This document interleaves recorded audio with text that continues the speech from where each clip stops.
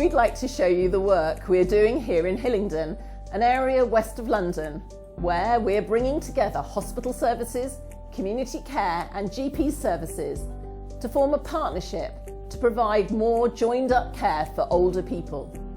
Our new way of delivering more integrated care here is about quickly spotting people who are elderly and frail and who may be at particular risk of being admitted as an emergency to hospital. The Care Connection teams in Hillingdon are designed to work with the older person and their carers in their own home to try and prevent this happening.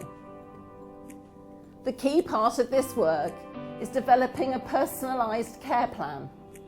We meet and talk to the older person and draw up a plan with their family and carers.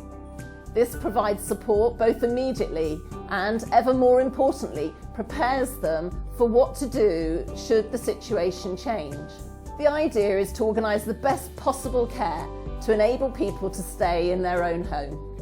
The Care Connection teams comprises of a GP, the guided care nurse and the care coordinator.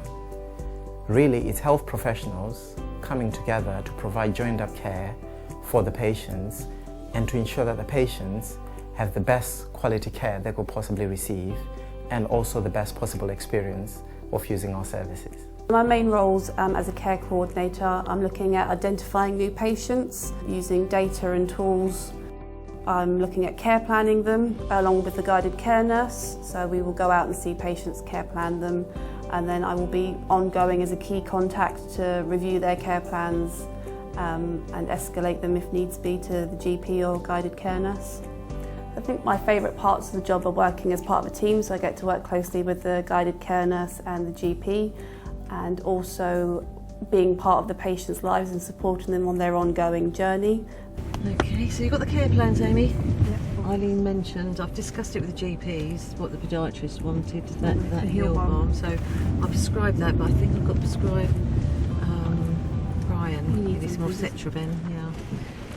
Okay.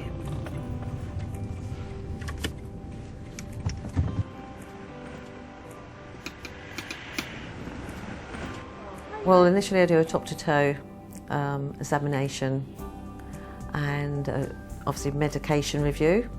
Get them to identify and understand their conditions. For example, with patients with chronic obstructive pulmonary disease, we would then discuss a care plan and actually prescribe antibiotics and steroids so they can manage and then can identify when they are feeling poorly, and they know then that their chest is a little bit worse than usual. We have use it a traffic light system on the care plan, and then they can commence their antibiotics or their steroids, contact myself, care coordinator, which frees up the GP day-to-day schedule that they have. If we've got a query or any problem, I phone up Sue, and if it needs a doctor, then she'll get in touch for him to come down. Otherwise, she sees to us.